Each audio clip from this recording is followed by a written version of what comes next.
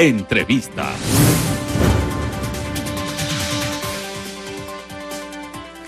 Amigos televidentes, a esta hora vamos a dialogar con Diana Tamaint, presidenta del Consejo Nacional Electoral, a propósito de las elecciones regionales del próximo año, 2023. Está listo ya el calendario electoral. Hablaremos sobre esto y otros temas. Bienvenida, presidenta. 5 de febrero del 2023 serán las elecciones seccionales. Buenas tardes.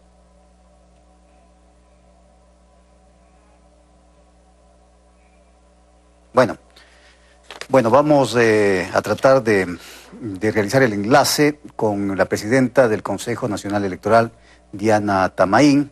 A propósito, decía sobre las próximas elecciones y el calendario electoral del 2022-2023 que se ha establecido o que se ya ha definido entre el Consejo Nacional Electoral y también con la participación del Tribunal Contencioso Electoral. Hay varias inquietudes en torno a este tema, en torno al calendario y las diferentes fechas establecidas precisamente para las próximas elecciones. Bueno, vamos a tratar de realizar la conexión más adelante. Mientras tanto, continuamos con información internacional. Presentamos Internacionales. Reino Unido levantará todas las restricciones por COVID-19 a fin de mes y no deberá aislarse los casos positivos, mientras que Suecia las eliminó hoy y dejó de considerar al coronavirus como una enfermedad crítica. A continuación revisamos estas y otras noticias de la pandemia en el mundo. Suecia eliminó todas las restricciones vigentes por la pandemia debido al alto porcentaje de población vacunada y a la menor peligrosidad de la variante Omicron. Ese país se une así a Dinamarca, que también levantó todas las medidas el pasado 1 de febrero y ya no considera el COVID-19 como una enfermedad crítica para la sociedad, aunque se mantiene el alto índice de contagio. El gobierno británico planea eliminar a finales de este mes la actual norma que obliga a los infectados de COVID-19 a aislarse en Inglaterra, según lo señaló el primer ministro Boris Johnson. Los contagiados ya no deberán cumplir con el periodo de 5 días estipulado actualmente. Los casos de COVID-19 reportados en el mundo bajaron un 17% durante la última semana en relación con la anterior, pero las muertes mostraron una tendencia contraria y subieron en un 7%, según el informe epidemiológico de la Organización Mundial de la Salud. Los nuevos contagios confirmados fueron 19 millones en los últimos 7 días. Además, se registraron casi 68.000 fallecimientos. Es improbable que próximas variantes del COVID-19 evadan las vacunas, indicó un estudio. Una investigación de expertos españoles mostró que el virus debería mutar mucho más de lo que lo está haciendo hasta el momento para que las vacunas reduzcan la respuesta inmune celular. Jorge Sili, Telerama Noticias. A 16 aumenta la cifra de muertos tras el deslizamiento de tierra y lodo que sepultó a varias viviendas entre el límite de los municipios de Dos Quebradas y Pereira, en Colombia. Además, 35 personas resultaron heridas y fueron trasladadas a distintas casas de salud. Los equipos de socorro, bomberos de diferentes municipios, militares y policías continúan la búsqueda de gente que está atrapada bajo los escombros. Según las autoridades, las constantes lluvias del aumento del caudal de un río en ese sector son algunos de los factores que provocaron la tragedia. El presidente de Perú, Pedro Castillo, juramentó a los ministros de su cuarto gabinete en 6 meses de gestión desde que llegó al poder. Los nombramientos del nuevo equipo ministerial buscan terminar con la crisis política en el gobierno. Nuevo cambio de ministros en Perú. El presidente Pedro Castillo designó el martes al cuarto gabinete desde su llegada al poder hace 6 meses. Al frente estará el abogado Aníbal Torres, en sustitución del cuestionado primer ministro Héctor Valer Pinto, que apenas duró 3 días en el cargo, luego de que medios locales publicaron que su esposa y su hija lo denunciaron en 2016 por presunta violencia familiar. El nuevo número 2 del Ejecutivo, titular del Ministerio de Justicia desde el inicio del actual gobierno, tiene 30 días para obtener un voto de confianza del Congreso para el nuevo gabinete, que incluye a 3 mujeres. Además del presidente del Consejo de Ministros, Castillo hizo otros 6 cambios. El inicio del mandato del presidente izquierdista se ha caracterizado por tropiezos propios y pugnas internas en el gobierno, así como embates de la derecha radical que intentó abrirle un juicio de destitución desestimado en diciembre por el Congreso. Desde 2017, Perú vive recurrentes episodios de inestabilidad, luego de que los líderes políticos comenzaran a impulsar mociones de vacancia en el Congreso para deshacerse abruptamente de los presidentes. Esto llevó al país a tener 3 mandatarios en 5 días en noviembre de 2020. El secretario de Estado de Estados Unidos, Anthony Blinken, mantendrá una reunión con sus homólogos de India, Australia y Japón para reafirmar su compromiso con la región ante el aumento de la influencia de China. La cita, que se realizará en Melbourne, en Australia, será la 4ª de este tipo a nivel ministerial del bloque de democracias del Indo-Pacífico que se creó para contrarrestar al régimen chino. Luego de este encuentro, el jefe de la diplomacia estadounidense viajará a Fiji como parte de la estrategia de ganar influencia en la región. Bueno, vamos a continuar, vamos a retomar la entrevista con Diana Tamaín, presidenta del Consejo Nacional Electoral. Buenas tardes, presidenta. ¿Me escucha? ¿Me escucha bien? Vamos a hacer una pequeña prueba. Buenas tardes.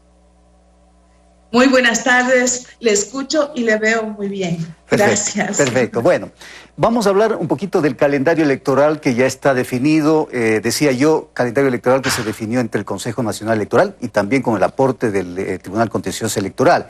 5 de febrero del 2023 serán las elecciones seccionales y esto implica una serie de situaciones que se tendrán que cumplir previo a las elecciones. ¿Qué consideraciones se tomaron precisamente para definir esta fecha, Diana? Bienvenida, buenas tardes, nuevamente. Gracias nuevamente a usted. Bueno, las consideraciones que se tomó fundamentalmente para elaborar el calendario electoral son los plazos que prevé el Código de la Democracia, que en su última reforma buscó ordenar de mejor manera las actividades previos al día de las elecciones. Esto es en la etapa preelectoral y me refiero en los tiempos de que se necesita para el tratamiento de los tiempos en el Tribunal Contencioso Electoral, cuando se plantean recursos durante este proceso, en los plazos que se tienen para la elaboración o para la realización de las primarias, los plazos que se tiene determinados en el Código de la Democracia para la inscripción de candidaturas, para su calificación, para la campaña electoral. Bueno, en esto no hay unos plazos previstos. Sin embargo, por ejemplo, si nos pone un hito la obligatoriedad de realizar debates para prefectos y alcaldes que cumplen un número de electores. Entonces, todo esto hace que sea parte de un gran engranaje de fechas, de plazos que se debe cumplir, empatados al mandato constitucional de la posesión de las autoridades del 14 de mayo, que hace que tengamos en este momento ya un calendario electoral que responde a los plazos previstos en el Código de la Democracia. Ahora, usted tocó un tema que, si bien no es novedoso, pero es importante dentro del proceso electoral, que es estos debates que se tendrán que dar de los candidatos para las próximas elecciones seccionales. Pero la pregunta es, Diana, considerando que históricamente han habido muchos candidatos, ¿es posible que estos se cumplen los plazos señalados? Esa es nuestra preocupación. Primero que pensamos hemos analizado la posibilidad de que superemos el número de 80,000 candidatos que ya lo tuvimos en el proceso anterior de elecciones seccionales. Pensamos que ese número se podría incrementar en virtud que tenemos 264 organizaciones políticas que están habilitadas hasta el momento para participar en las próximas elecciones.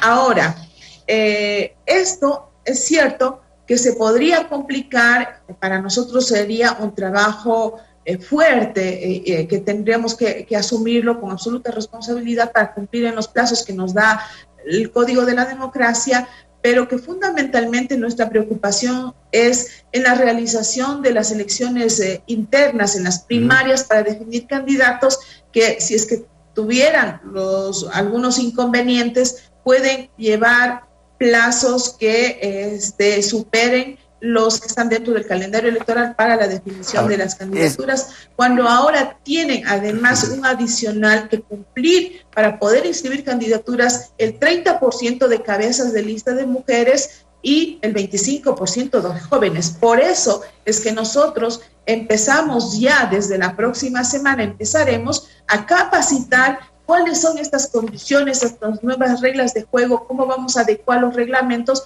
para que cuando lleguen los plazos previstos o los momentos del calendario electoral, las organizaciones políticas estén capacitadas, vayan tomando decisiones políticas con anticipación y se pueda cumplir con el mandato del Código de la Democracia. Sobre el tema de la democracia interna, es decir, de las elecciones al interior de los partidos y movimientos para lograr, para determinar los candidatos, la ley es clara en torno a esto, Diana, porque en ocasiones anteriores resulta que los candidatos los nombran los líderes de los partidos, los nombran los considerados caciques de los partidos. Entonces, ¿qué injerencia tiene en ese caso el Consejo Nacional Electoral para que se cumpla con la ley y se dé una verdadera democracia interna?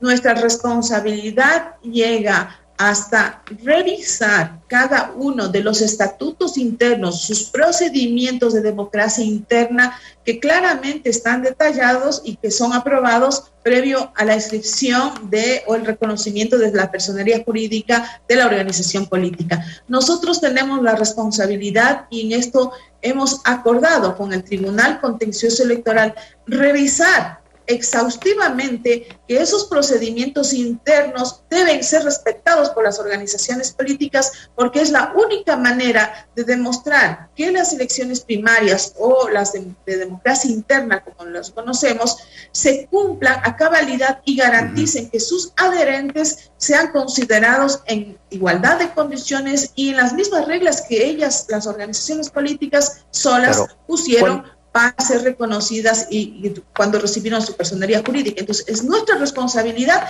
de que esto que ellos tienen como reglas internas se cumpla, y para eso estaremos como veedores levantando informes de que se cumpla de manera estricta. ¿Cuánto costarán estas elecciones, Presidenta? Bueno, todavía no tenemos un presupuesto definido, seguimos trabajando, buscando... Se habla de 100 millones, se habla de 100 millones de dólares. A ver, el presupuesto superaría posiblemente los 100 millones en virtud de que las elecciones pasadas seccionales fueron de alrededor, sí, de 99 millones, porque tenemos actividades extras que por mandato legal tenemos que cumplirlas. Esto significa realizar 38 debates para prefectos y alcaldes, que eso no se contempló y significa un presupuesto. Tenemos que renovar el parque informático, que tenemos que hacerlo para garantizar transparencia y eficiencia en el proceso. Tenemos que ampliar el proyecto de voto telemático y voto electrónico en territorio nacional y en el extranjero, para los residentes en el exterior. Son elementos e incremento del número de votantes, que obviamente después de 4 años siempre sucede esto, que significará un incremento a diferencia de las elecciones pasadas. ¿Y se podía incrementar este presupuesto si es que se incluye la posibilidad de una consulta popular, tal como en algún momento lo ha señalado el Ejecutivo, que podría también plantear dentro de esta elección, Presidenta? Definitivamente se podría incrementar, en virtud de que significarían alrededor de 15 millones más de papeletas, si consideramos que puede ser una, o dependiendo del número de preguntas y los anexos que implica del tamaño del papel. Entonces, todo tiene una continuidad de decidir si va una papeleta adicional en las próximas elecciones, porque significa también más documentos electorales para generar las actas de los resultados de esa consulta popular, entonces sí habrá un incremento definitivamente si es que esto sucede. ¿Y cuándo se podría definir, o más bien, cuánto tiempo tendrían o qué plazos tendrían los proponentes de una eventual consulta popular, sea el Ejecutivo, sea la sociedad civil, con cuánto tiempo de anticipación para que pueda ingresar o incluirse en las elecciones del 2023, en las elecciones seccionales? Bueno, tendrán que calcular dependiendo desde que se presente